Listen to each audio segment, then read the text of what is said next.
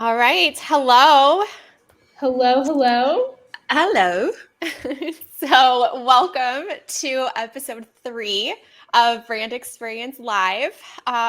We're so excited to explore the brands and individuals that are delivering unrivaled brand experiences for their candidates, employees, prospects, buyers, community, and investors. What we do on this podcast is we explore what they attribute to their brand's success and how you too can implement their successes into your own individual or business ventures. My name is Ashley Fideda, and I'm joined by my amazing co host, Lagala Moik. Thank you, Ashley. Such a great intro as always. So today we are super excited to speak with Cait Holmes, co-founder of Popup. It's an online e-commerce website designed for better customer experience. Cait's mission at Popup is to give the internal teams a community feel, like culture, inviting diversity, learning, mentorship to the brand. Well, welcome, Cait. That We are Hi. That's exactly it. I'm so excited to be here and yeah, let's talk, we, let's blow people's socks off. Let's just do that. well, we are super excited, obviously, to chat with you today. We were looking forward for a long time. And I guess today you're going to talk more about your outstanding employee experience you have instilled at Popup. But first, we would love to know more about you and how you started Popup. Thank you. Well, yes. So my name is Cait. I'm co-founder of Popup. A bit more about me. So what I do, I guess, so I'm in a trio co-founder ship, I guess. Okay. So that's like a little bit different. But something. So my whole realm as as a co-founder is really with people, and then also like customer folks facing as well. So basically, experience on all fronts, and that's where I really like to have like a kind of like a 360 holistic, like when you think of people experience, it's really like any person that interacts with your brand, no matter Yeah. what point they're actually, whether it's like someone is in your brand or it's a partnership or a customer, whatever it is. Yeah, I'm obsessed with just making that as holistic and amazing as possible. But yeah, so that's all. Honestly, when you ask me about myself, that's kind of what I'm passionate about. So that's what obviously just comes out there. But yeah, I love. So I guess a little bit of background. We'll just talk about that. Mhm. I started out in e-commerce about just over 7 years ago, and that my first debut was when it was basically an Amazon business, just selling things on Amazon. I have built a lot of my businesses with my husband or like with my partner, so that's been like a very big journey for us, and it's been really fun being able to share information and knowledge and experiences. With him, which has been amazing. So then I joined Shopify. He quickly joined Shopify after me since he was super jealous. And yeah, we were both there for several years until we ended up just quitting, starting our own online businesses, and then merging with our co founder. Who, yeah, his name is Matteo. He's an Italian who lives in Ireland, and he was like that missing piece for us, who really is, like I speak a lot about skill gaps because that was like the that really moved the needle for my personal success, was really being very self-aware about where to put myself and what skills I'm really skilled at, Yeah. and then aligning myself with people that have uh, like skills that I don't have that are Mhm. needed. So Mm-hmm. having this trio has been really amazing. So we built um, like an e-commerce company with several different brands, and that was like our first couple years of working in like a trio partnership. And then we saw a lot of issues when we were building online brands, and that's why we really came up with the concept of Popup, to really be able to create unique experiences with no code, and sell anything online very easily. So that's basically my story in a nutshell. That's amazing. So exciting. So sounds like I picked up from here. It's a passion, obviously, and really, trying to accommodate the needs. You saw there was a, obviously gap on the market, and I need to go and create something even better what's out there, because you said there was like something missing, and do something even better, and obviously aligning with the right people. Yes, that's exactly Awesome. it. Yeah, great. people are so important. And we were talking before, Cait, I've been a brand professional for 10 years, and I've noticed over the last 10 years really working with different brands, whether they were my clients or they were my corporate employer that I was working with, is that while we have like brand strategy and content strategy top of mind right now, what a lot of individuals or businesses don't really think about is the experience that they're giving across the board, whether it's their customers, their employees, their candidates, no matter what it is. I mean, now a lot of us have heard of customer journey, right? This is all about customer experience, which is so important. But something newer that me coming from the recruiting world too, pretty heavily, we're just now starting to see how important talent experience is. And even more so in my eyes, I think first and foremost should be employee experience, right? Not only finding the right team members, but what you do with them after they onboard, because they really set the baseline for every other part of your business as far as how everyone else experiences it. And I love your posts on LinkedIn. You and I think met, I think from Social Saturday, I want to say. Or I think so. Yeah, I'm pretty sure, but I started seeing your posts. One, I wanted to follow you because I have a skincare line that is e-commerce, and I was like, what is this? I need to learn more about this site. But then I started following your posts, and how much you really speak to the importance of a good employee experience. How did you decide to really focus and hone in on a culture like this? Well, first of all, thank you for liking my posts. I'm definitely in a very experimental stage. But yeah, I'm just trying to find my voice, be very authentic on LinkedIn. And I think that's also that kind of cascades or like affects just the approach that I'm taking with our company as well. So so the question is, how did I come up with, or how are we creating this kind of culture? Yeah, and what made you feel like it was important to create a good experience for your employees? Well, it's basically like culture, whether culture impacts everything, and culture is created whether you're intentionally creating it or not. And culture really it's really just the experience that someone has interacting with someone else. And that's where culture kind of comes in. But then I really just saw that for someone's experience to be neglected, it cascades throughout the entire company. And if you're focusing on like customers, for example, and like a customer journey, customer experience, customer happiness, that isn't going to happen if you don't have people who know how to give that. Yeah. Thank you. Oh my God. Thank you for saying that out loud. I feel like that needs to be shouted from every single rooftop around the world. Customers are important, but how are they going to have a good experience if you're not taking care of your people?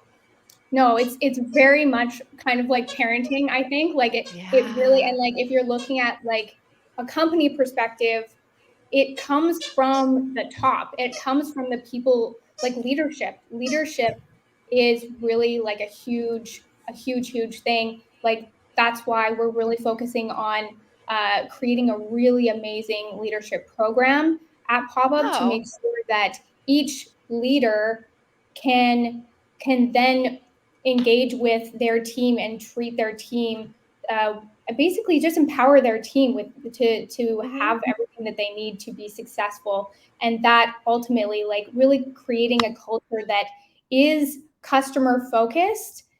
But then, we have to know, like when you're working at a company, like what we're wanting to do and what we're continually doing is really talking about the vision and the mission and what our values are over and over and over again, and really tying every single person's role to why they're even there, and how everything that they do impacts the customer, and how it impacts, because it's going to be different for everyone.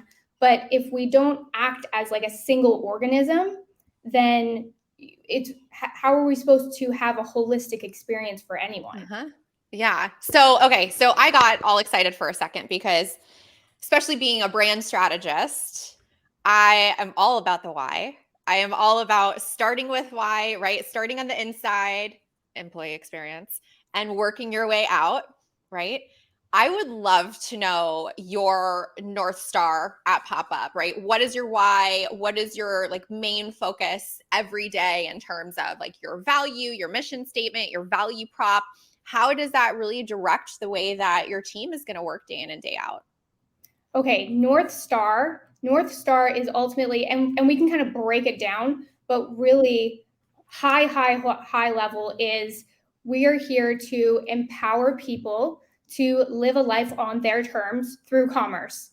And that's why through the like, and the mission, really, this is how we actually get to that, is through creating very flexible modular commerce software that allows people to, do whatever that, have the building blocks that they need to actually, create whatever experience they want to create for their customers. So that, and just it's repetition. It's just repetition around that, and then also breaking it down to like, okay, right now we are in a private beta. So talking about like what are the goals that we're trying to achieve within the next, like, basically now until the end of the year when we're wanting to open up more. So it's really about communication, being like just honing in on why are we here? Why are we here? What's the objective? How are we all working towards this objective? Because really, we all have the same purpose of why we're there. We're just doing different roles to achieve it together. So that, and then our values really just help us to achieve that. But then our values are also very human centric, where like we don't hire, like, humans are not robots. Like we can't just give a task to someone and then expect them to do it perfectly with no questions asked. Like, what we're doing is really just having conversations, and I think that's why communication is really the North Star for me, around helping people to feel comfortable to ask questions, feel comfortable to question things. Like when we say like challenge the status quo, what does that look like? And really like tie things, like give examples of like, okay, you say collaboration is a value. What does that look like? Especially because our company is also a remote company. Like, we have no offices. So I think that's also a challenge, but it's also an opportunity for us to really just hone in on our communication skills. So that's where with I'm sorry. I don't know if you can hear that. There we go. Okay. What was I saying? I lost my train of thought. We are okay, remote company. So as a remote company, like, I look at HubSpot, they have like the best culture in the entire world, and I think love HubSpot. I yes, can talk all day. I'm a huge fan. So I learned a lot from them. Like one of their things is all about allyship and creating that kind of culture of being an ally to everyone in the company, not a competitor. Like, we're not competing against each other, because that can create a very like cutthroat kind of culture. Whereas, just having it's communication. So I think like communicating around success and failures as well is really, really huge. Actually being able to recognize, like, okay, we succeeded here. Let's celebrate that success. And also like linking like what success can look in many different ways. Like, it can be like, okay, you are acting like you are living a value, right? This action was you living a value. Let's recognize and celebrate that. Or it could be like, we hit this milestone. Let's celebrate that. And then, so that's the success side. But then failure, and really helping people to feel comfortable and learn from failure. And yes, normalize it. Yeah, like it's honestly, like, as I say this, it's very difficult. It's like I'm communicating this a lot, and we're creating this culture. But I know even for myself, it's a very difficult thing to talk about things that I know I'm making mistakes around. Yeah.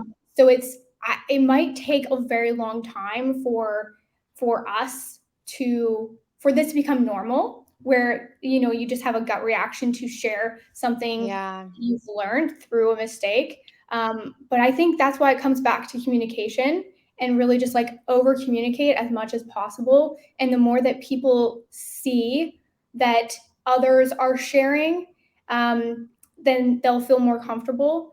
But it's just giving that space to people and saying, and giving them like kind of like spaces, like safe spaces of like, hey, yeah, your team, like just giving team spaces to actually have close kind of private conversations around like, okay, let's talk about things that kind of like retrospectives, where we're actually looking at what went wrong.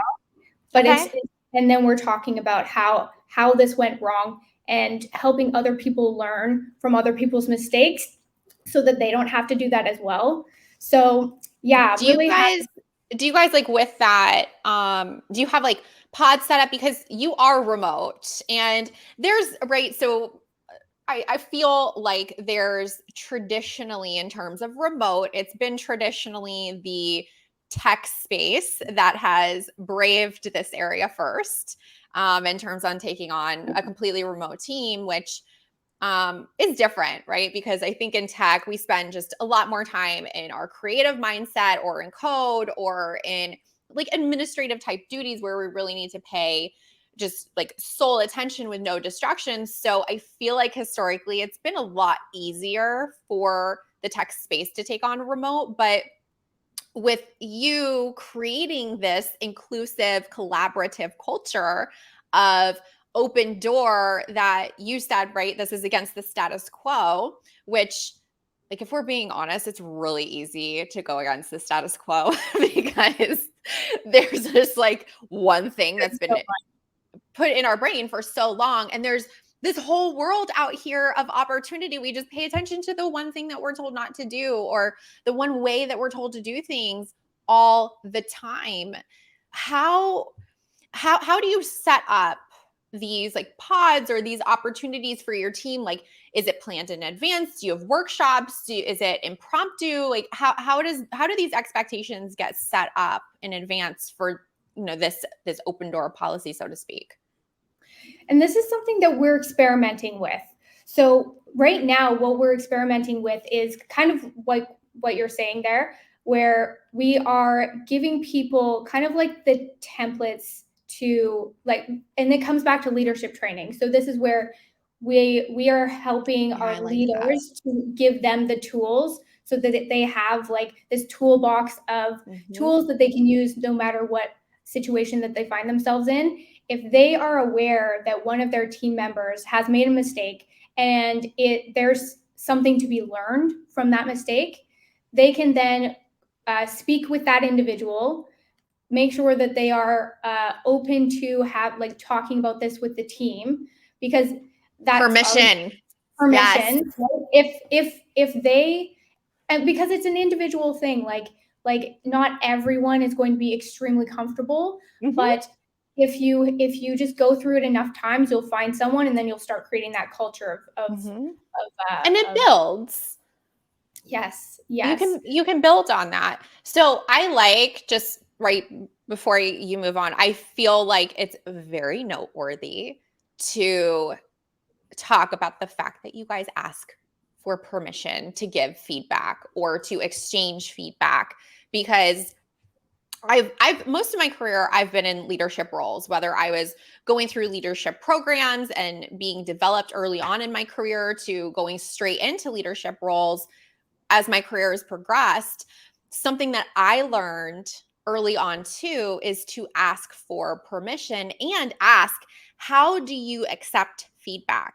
How do you learn best? How can I teach you be better by adjusting the way that I outwardly communicate to the way that you need to take in information? And for me, at least, it has helped me to be the best leader that I can be, because it just opens up whomever I'm speaking to as, oh my gosh, she wants to listen to me. She cares about how I learn. She cares about if I even want this feedback.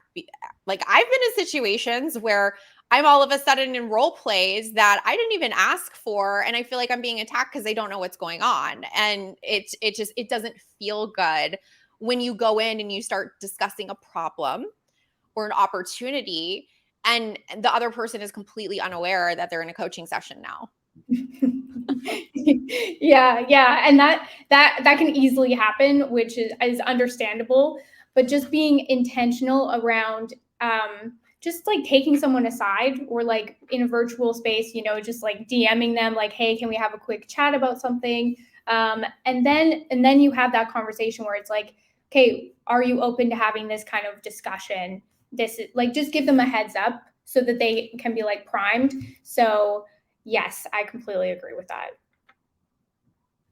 So tell us about your like leadership program. Who goes through the leadership program? Does it start after someone's onboarded? Do you tell them through the like onboarding process, or prior, during the recruitment process? How are these individuals selected for the leadership program? So right now, it's really anyone that has any kind of team member that if they have a team, that they are a leader, and then they go through that kind of the leadership training. Right now, a lot of it. So we have like our basic company onboarding, which I'm extending to be like a full year, which of like ongoing touch bases and everything, just to give people a lot of support and information. I love that. And coinciding, because company, there basically, I see it in two things. When it comes to education and just support and training, there's company level, which is basically for everyone, and then there's team level. And on a team level, that's up to the leader to make sure that happens. But we give the leaders this educational, all the tools that they need to be to do that. So that is there. Yeah, it's basically any time that someone is going to be a lead, then they will go into through this program. And we essentially just give them everything. Like, we talk a lot about servant leadership, and we talk a lot about creating like it. There's servant leadership, but then there's also like results based, kind of that professional sports team mentality. I like it.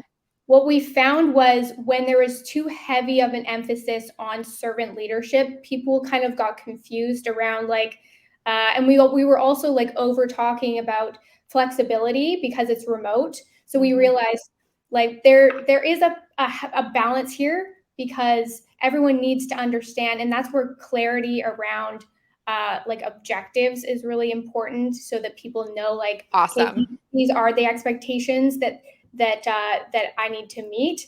And just, yeah, so with the actual leadership training, those are like the core things, and then we really dig into our values and how each lead can really recognize when someone is living a value, and also encourage that and recognize that. So we are giving people like a separate space for like shout outs or kudos or kind of like awards or whatever. Our company's not old enough to have like award ceremonies yet, like, but we're gonna get there. You can do it. We're gonna get there. But yeah, those are like the core things, because really we want it to be as simple as possible, and really just align everyone to the vision and to the mission, and also every team has its own objectives as well. So when it comes to leadership at Popup, it's really just helping people to helping leads to coach people so that they can do whatever their skill set is or whatever role that they're put into. But really giving them, like, that's why servant leadership is huge. Well, that's so exciting. But I have a question. Obviously now most people, have this experience working from home, and especially I've been in working in a corporate world before, where we had also team based in different location, and it was super important because it was a little bit like a dead end job, and I felt like from the main office, from a corporate, they were so far away. So what we did, obviously, I just wanted to ask a question. What we did was like how to motivate them, making sure that they still feel that team spirit, in person team spirit. How do you do that? Because we used to do these team building events, what they were looking forward to like every year, because it was sort of like, bonding in person, learning and getting to know each other, building this team relationships through experiences and fun. What do you do for that? How do you keep, obviously, besides just probably daily meetings question. and yeah. This one excites me because it's probably like one of my favorites. So there's multiple things. The first one is, yes, of course, because we are remote, we definitely want to provide opportunities for people to be in person. So some things that we're planning is we're planning our first in-person actual offsite or retreat like just after New Year's. But the plan after that is every 6 months, it'll be like once a year we'll have like a company-wide offsite, and then 6 months from there we'll have team offsites. So having those in-person events, I think, are really important. My experience with Shopify, I worked at Shopify like 8 months before I saw everyone in person. So it was, I realized like, wow, you're like, oh my really God, you're you're really a person, you're 3D. You're really short. That's so fun. And that's funny. Like I like to have like in-person meetings with people who are local, and like Lagla, like I knew she was tall, but I was like, you're a lot taller than I thought you were. And I'm tall. And I met like my friend Oscar the other day. He's like, you're a lot taller than I thought you were. It's just so funny what we get in our heads. Yes. No, it's really funny. So in person, I think you can't replace that. And so having that opportunity is huge. But then keeping remote, we're creating, and this is kind of a side thing, but it also kind of coincides. We're creating like a yearbook, like a company yearbook, where we can actually just like kind of scrapbook all of the milestones. That's so cool. And like team photos and stuff, and then just like ship them to everyone at the end of the year. So I think that's kind of motivating and fun. Like you're kind of part of something, and your pictures are in this book of you and your team and things. So I think that's fun. That's so cool. So and then for like the day-to-day, so like life at Popup, things that we're doing now are like pop-up bonfires. So we have this like, I think really we have this like overall company culture of like the infinite journey, which is very much around like there's ups and downs, and people you make mistakes, you learn, you grow, and that's just a part of the journey. And so that is, and it kind of ties in with like customer journeys, and like everyone's on a journey. So with that, we have this like explorer vibe. So that's why we do like pop-up bonfires, which are very much like the dawn of storytelling was around bonfires or fires in general. So keeping that. Gosh. I just like I like you guys more and more. I know, it's so exciting company. Ashley, should we apply? Right? Like, basically they are hiring. Are you hiring? Yes, they do. That's amazing. Yeah. So those are things that we do on like a bi-weekly basis. We also have company town halls where we talk a lot about, and this is also where we talk about like progress, where we're at with everything, cool things that are going on, just updates. And that's also a place where we can talk about celebrations, or we can re-emphasize different, maybe we have like a theme of the month, which is a value. So one of the values is a theme, and then we can give some examples. That's a place of like public live kudos or shout outs or anything like that. That's a really great use of time for that. And then we kind of break it down into So, and then we come with like the remote software, which like we use Slack. That's kind of like normal company stuff. I know there's a lot of other things that are popping up that feel a bit more like top down game feely. So you kind of feel like you're in like an office or something like that.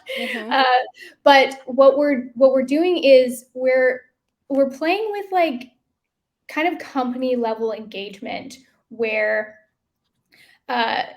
we can spark conversation around, and a lot of it, like with community engagement, there's a lot of different events you can hold. You can do you can spark conversation through different questions, or maybe like you have giveaways or contests or anything like that. Those are the types of things that we're doing just in like because it is kind of like an online community. That is technically what it is. So I think if we don't have a physical office, why not just treat it like an online community and really just talk about the mission, the vision, the values, our objectives, why we're all here, and then just help people level up in general. Like talk about, okay, how do you build out your, like, how do you organize yourself so that you are maybe daily routines, or what are things that you do for your health, or like how are you, like what are you doing for exercise or whatever. So just like ways to support people and engage on like a human level that feels kind of like you're in a community even though you're at a company. So those are some things. I could go on. Oh my gosh. No, oh my God. So I was just thinking like I feel like we could literally talk to you all day because you're talking our language. Like we're all about experience, obviously. But no, I really feel like I could talk to you all day because you get it. You get it. You are one of the few individuals that I've met that is not a brand professional that understands how everything goes together, how each department affects the other, how we have to understand as a team the brand story, the North Star, how we communicate properly to each other to provide the best experiences internally and externally, and how even though the like mini cultures within the company are going to be different depending on the team, how it all really needs to flow together in order to create consistency long-term and long-term growth. And that's what brand is about, is long-term growth. God, I really feel like I can talk to you all day, but we can't. I know. Oh my God, the time. We're like, I'm like looking at the clock. Like, oh my God, we're out of time already. We've only been talking for 5 minutes. Before we wrap, I want to know, so if you could give one piece of advice to a new business owner or someone starting their like solopreneur journey, what would that one piece of advice be given your experience and what you've done so far and where you're going?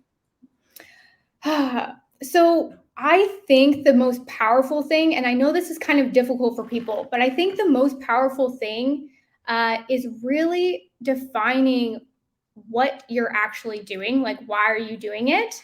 I know it's so simple, but simple. It sounds simple, but it's difficult. It's very difficult.